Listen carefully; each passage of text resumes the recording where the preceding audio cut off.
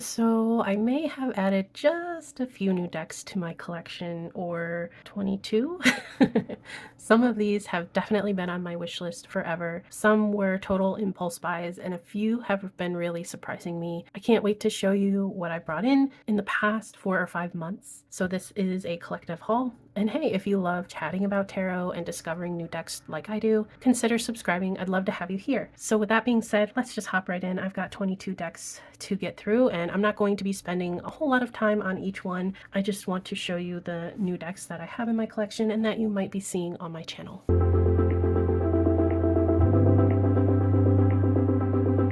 So the first deck is the Cowgirls and Aliens Oracle, and I've been wanting this deck for a really long time. Here are the really cool backs. It has some holographic gilding. This is a rock pool deck, so it is mass market. It's by Ellie Grant. I think you've probably seen this deck everywhere. I just really love the energy behind it, and how I've been working with this is I've been pulling a card each day, and I've been asking the deck what archetype or energy from this deck should I embody that day, and I read the messages from the guidebook and I just leave it out for the day, reminding me of the energy that I should be embodying, any lessons that might come forward from it.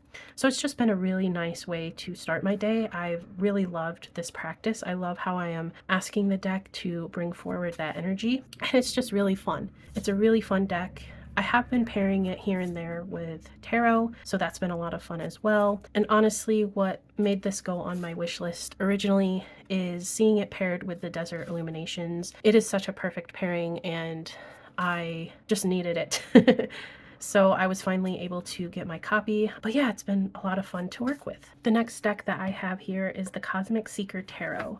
I do believe this was originally a Kickstarter, but I came across it on Etsy. It has these beautiful red edged gilding and the backs in this red. And honestly, the color and the art style are really what drew me into this. This is a very fantasy-based deck. It's very steeped in a fantastical world. It just gives me that vibe, and I don't really have a lot of decks that are fantasy based. Maybe a couple, such as definitely Cowgirls and Aliens has like a fantasy type vibe, but I don't have a tarot deck really that represents that. And I loved the use of colors. I do like the art style quite a lot. I came across it on Etsy. I had no business in buying this deck there. I just saw it popped up and I went for it. So I haven't really worked with this one too much. I have done a flip through of the cards. I've shuffled it. It's this really nice, thick, matte cardstock.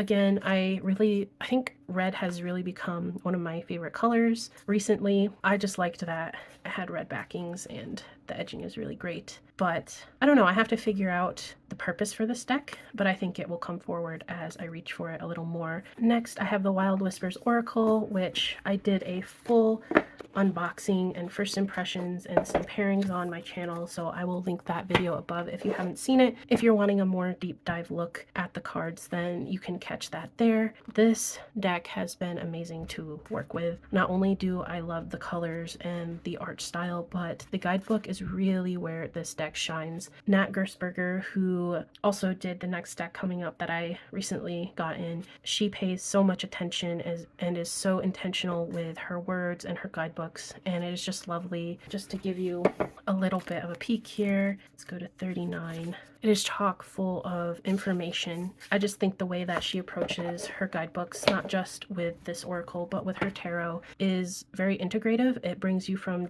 just like the flat card to bringing it into your life in a multi-dimensional way. I think sometimes that's where I need an extra push, because I'll pull a card, I'll be like, oh, play, and I'll read the meaning, and I'm like, oh, that's such a great card to get for the day. And then I kind of just push it out of my mind because our lives are so busy and it doesn't really come forward.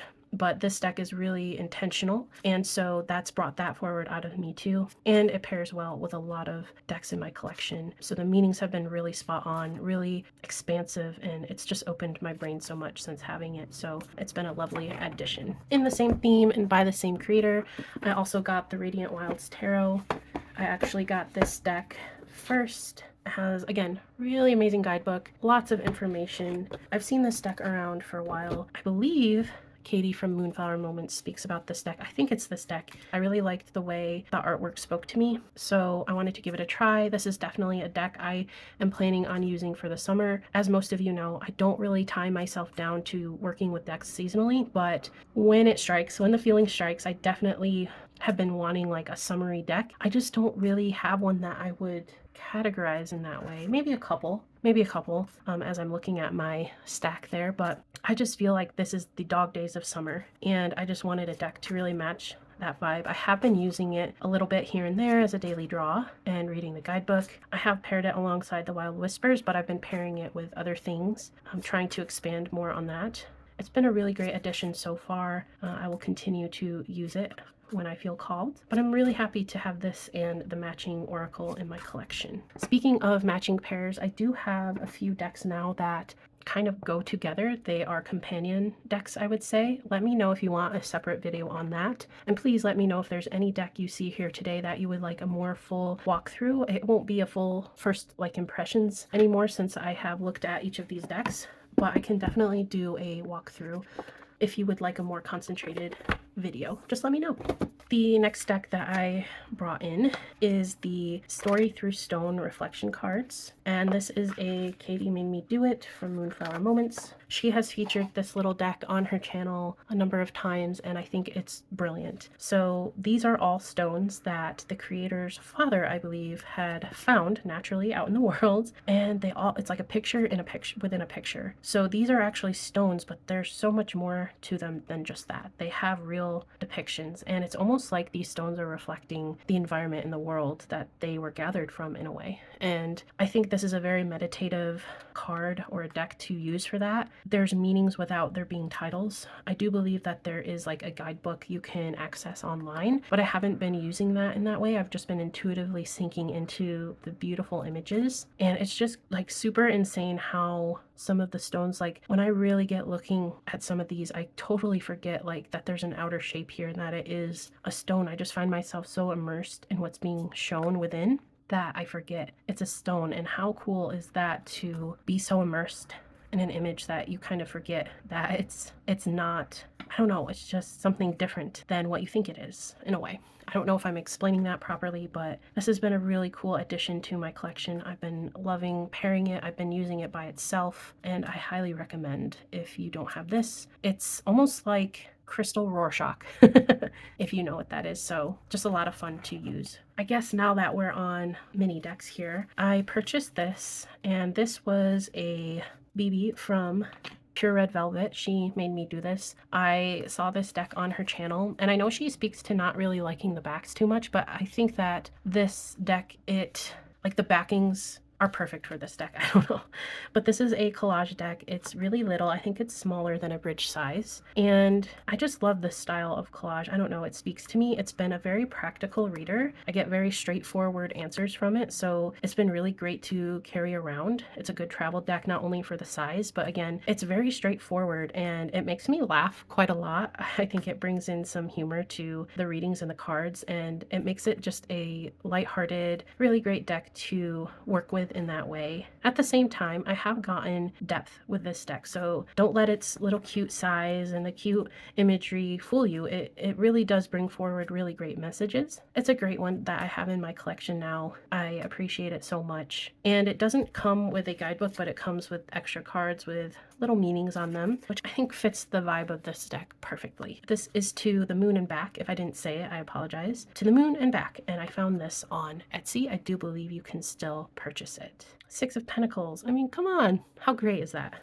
The next deck that I have here is the Little Sister Tarot. I have featured this on my channel. I just couldn't resist it or wait to feature it until I did this haul. So you guys have seen this a few times now. My thoughts are, this is such a lovely deck. It really pulls out my cups emotive side, and like even holding it, I don't know, I always get this feeling when I bring this deck out. The reason why this is in the world is really steeped in a lot of grief, but the beauty that has come forward and the healing that has come forward with the creation of this deck, it really shines through. It is really a deep emotive deck, and it's a healing deck. So I think in matters where I'm looking for that emotional depth, that friend to really lean on and cry on their shoulder, this one is the one I would choose. I have used it quite a lot since getting it, and it's just been so wonderful, and I'm really excited that this is in my collection. It was originally a Kickstarter deck, but I've mentioned before I wasn't able to get it at the time just due to financial reasons, but this was one of the first decks that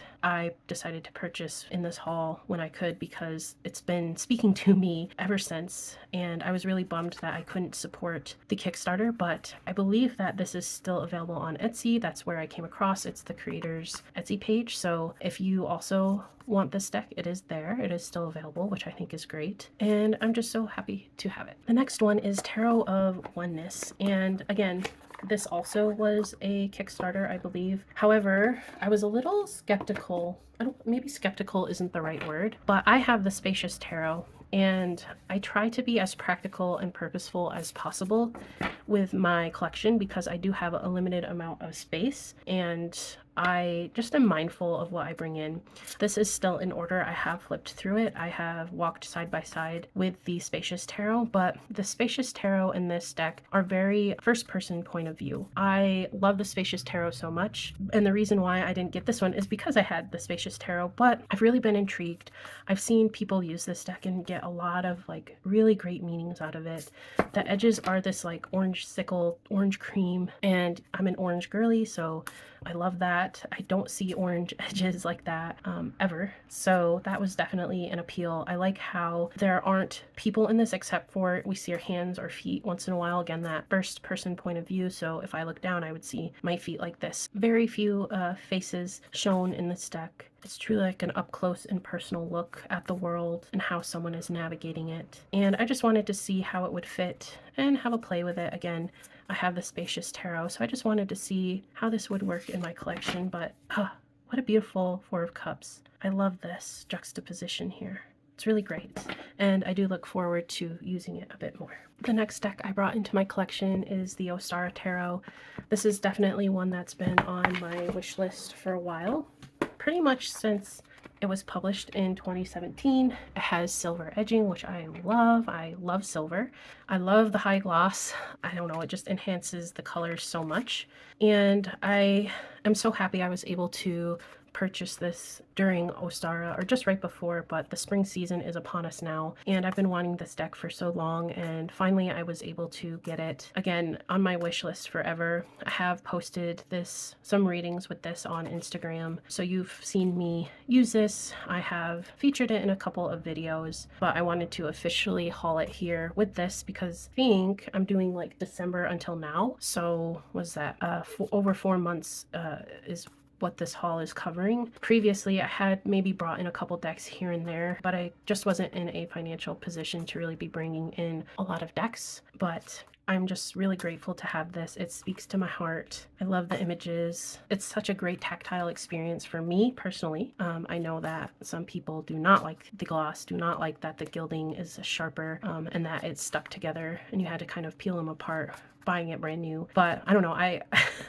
I loved every aspect of that, so maybe I'm the weird one, but super happy to have this in my collection. Another deck that I've been using a lot or featuring a lot on Instagram is the Forest Spirit Imprint Tarot. This was a Kickstarter, and again, I missed the boat. Lovely holographic chunky edging. Love the screen, love the backs. This is a whole world, and again, it's one of the only fantasy style type decks. I would classify this as like fantasy, and it kind of has like a manga art style to it, which I really love. But this is surrounding this girl who's the main character of this deck and her journey through the tarot and what lessons she uncovers as she meets each archetype and character along the way. And it's truly beautiful. It's perfect for springtime. I featured it in my spring decks. I'll link that video above, but it's a lot of fun to work with. It brings a lot of vibrancy to my day. and I've been having a lot of fun using this, and I can't wait to continue using it. So while this was a Kickstarter, you can find it on Tavata. That's how I was able to get it afterwards. I don't know if it's available on it anymore, but at the time it was a pre-order status, so I did pre-order it through Tavata. So I'll leave all the decks that I'm showing today will be in the description. I will also list Tavata's website for you to take a look at. They definitely have a style and a brand that they go for with their decks. The art style is very similar to this. They're very fantastical manga type art style, so it's a lot of fun to peruse their website and just look at this. Look at the colors. Love it. Makes me happy. The next deck I have is the Unveiled Tarot. This is by Liminal 11 and it is mass market, so you can find it. I purchased this specific copy at my local Barnes & Noble. Very interesting art style and concept, and each card is a art within art. So there's this outer art scene and then this inner window here that's featured on each and every card, and it brings in some nuance and really cool perspectives, like that duality for each and every card. Some of them are like, this one's more simple and straightforward than this one, like you're in the desert and then this hangman is submersed in water where it is scarce in the desert. So I don't know, I really like this. I think it makes me think a lot. I haven't used it a ton, but look at the Six of Cups, his inner child. I don't know, it's so beautiful. I think that the artist is super clever. I think he's a well-known comic artist. Correct me if I'm wrong. I just think that this is the coolest deck to come out in a while, as far as like, it's a different take on the tarot, but it's still the tarot. I always love seeing how people depict the Eight of Wands, because it can be, you know, very bland I think sometimes. So seeing it done a little bit differently is really great. There's just a lot to dive into with this. Again, I've flipped through it, I've shuffled it, I've done a reading or two, like a daily draw, but I haven't spent much more time with it. But when it calls to me, I'm excited to get to learn it more. I love this so much. Moving right along, next I have the Star Seeker Tarot. Again, this one has been around for a while, but it's really beautiful. I love the vector style of art that it is, and some people don't, because it is very 2D, but I don't know, I love that. It's almost like an analog, like paper collage, but it's digital. Because of the nature of my job and like the industry and my course of study, I really appreciate designers and the work that they do. So vector art is like, I don't know, it just fascinates me and I love it so much. This deck has a lot of personality.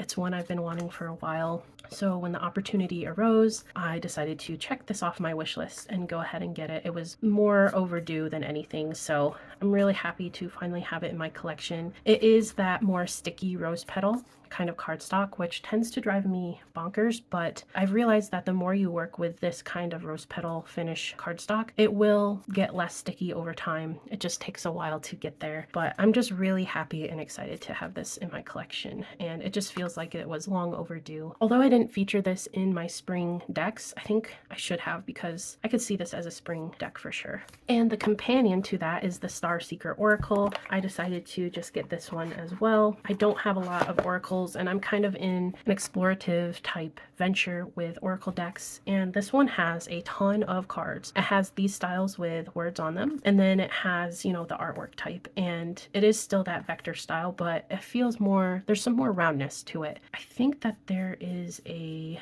suit structure to this, and I think it's indicated by the edges here too. Like this has like a cream edge, this has like a hollow purple edge. I do know that the words are a different suit, and it explains it all in the little white book here.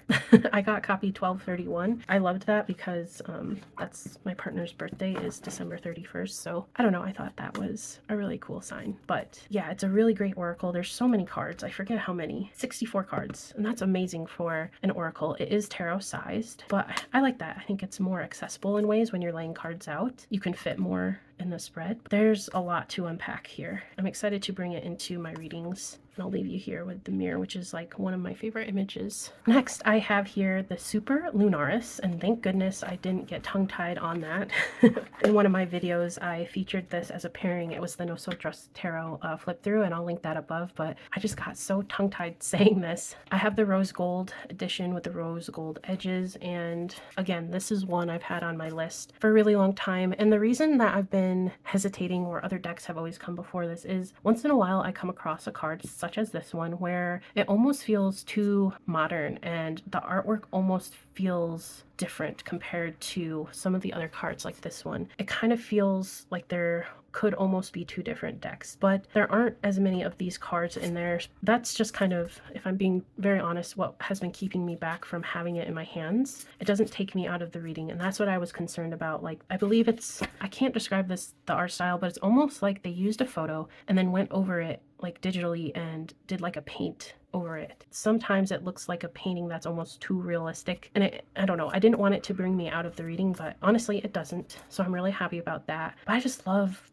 how it looks like painted. Like, I don't know, it's really great, and I wanted to pick this one up before it's gone forever, unfortunately. You know, times are hard. There's just so much uncertainty, so unfortunately creators are having to make decisions that best fit them and protect them, and I completely understand. So I wanted to snack this before I couldn't anymore, or I had to search for it on a marketplace where people sometimes up the price. I'm really happy to have it in my collection. I've done a couple of readings with it and it's been really amazing. I have been thinking about this deck a lot even when I'm not using it, so that's always a good sign to me that it's really meshing well early on, but I'm excited to work with it more. The next deck I have here is the Afro Goddess Tarot Arcanas. Such a wonderful deck. I knew of this deck when it was an indie deck. It has this beautiful gold and the faces of the cards are hollow. I just think it brings forward such dimension and I love it. But this deck was originally an indie deck by Andrea Furtick. The artwork really called to me. I've been wanting this deck for a while now, but I wanted to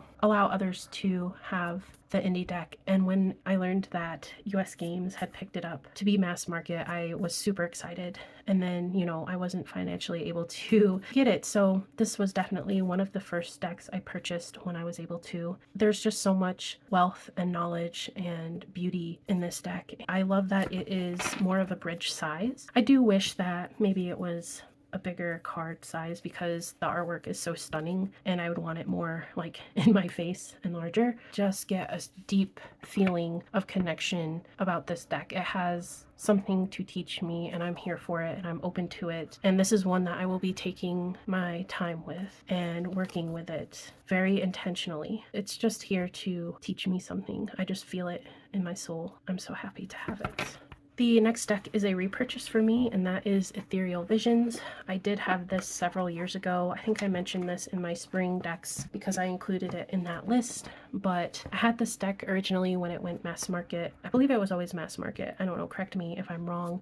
It's Art Nouveau style. I really enjoy it. I remember having some really good readings. It was a good deck to learn with. I got this more toward the beginning of my tarot journey.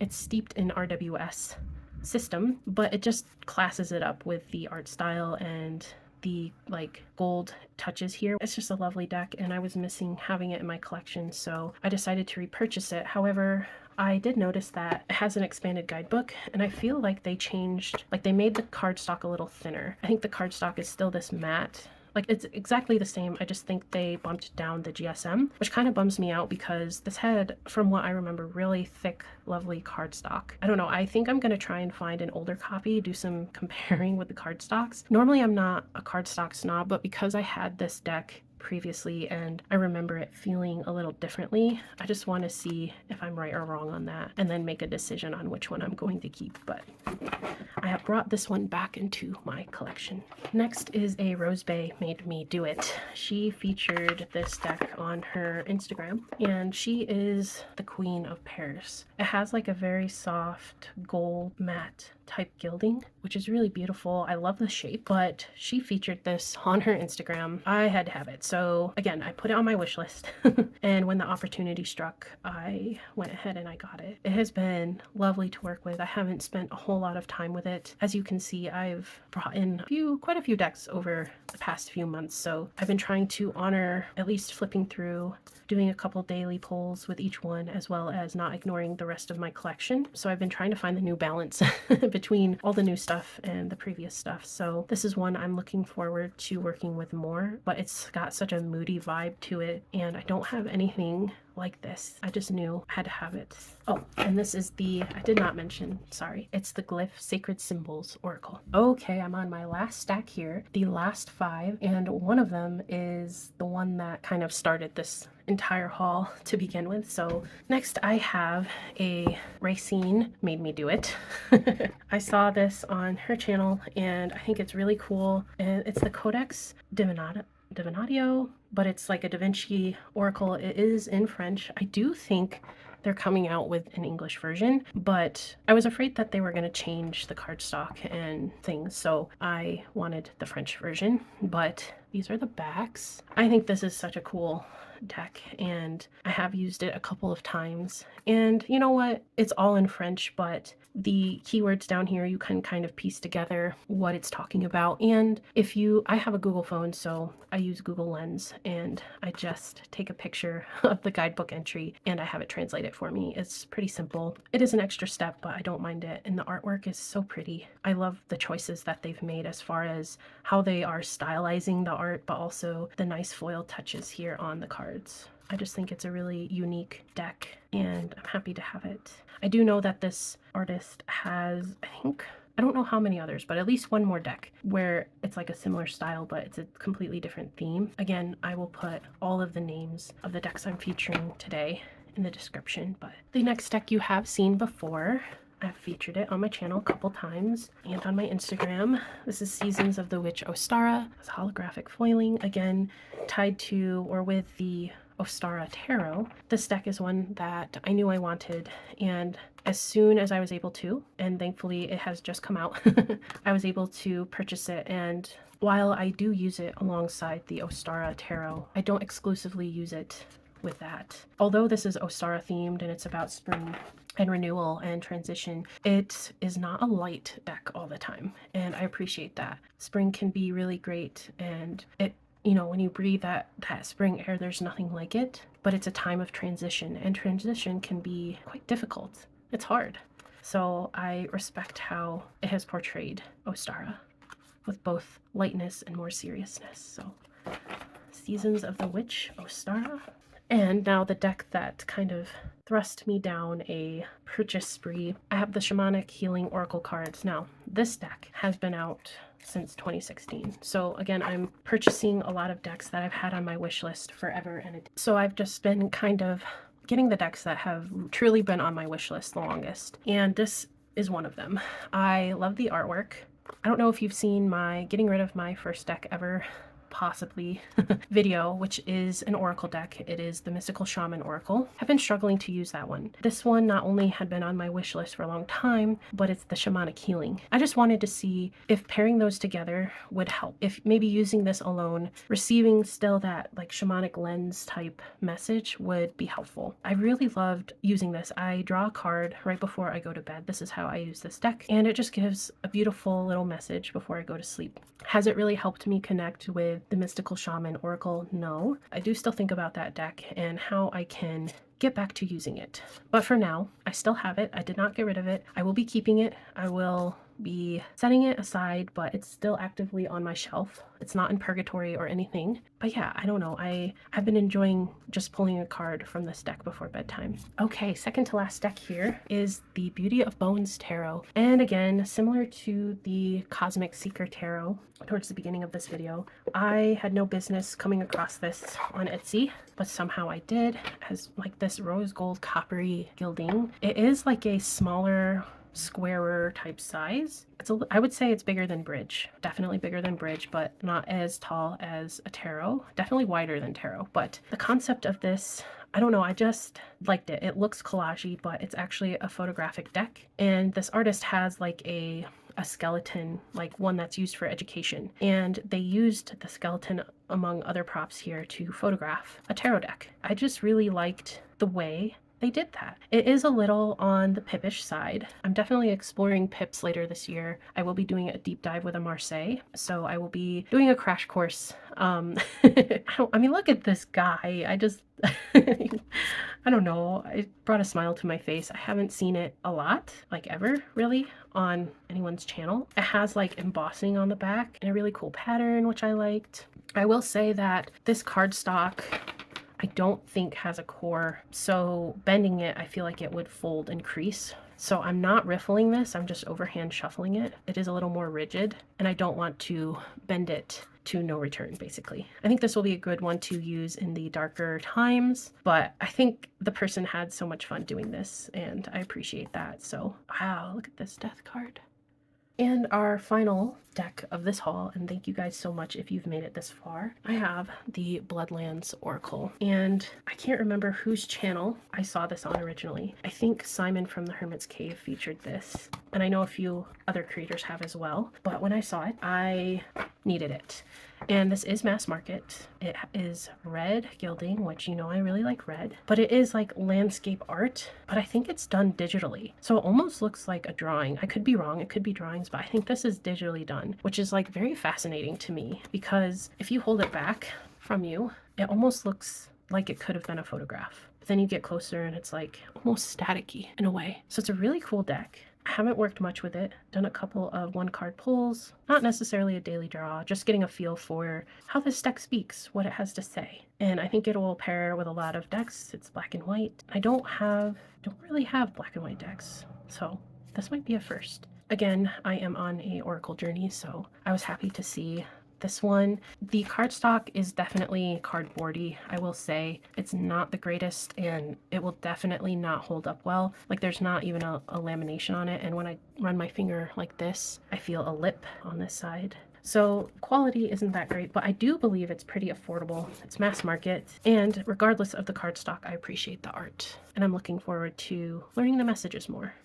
Thank you guys so much for hanging in there with me. I know this was a pretty large haul. Again, I haven't been able to really bring in any new decks in my collection in a while, so I just wanted to explore all the things that I felt like would enhance my practice. I think I'm going to be doing these videos probably more like quarterly, because I honestly, outside of this haul, I might bring in 1 or 2 decks here and there, so I don't really bring in too much. So I think quarterly is a good marker. I don't think I'll have as many as next time, but thank you guys so much for being here. And until next time, see you around.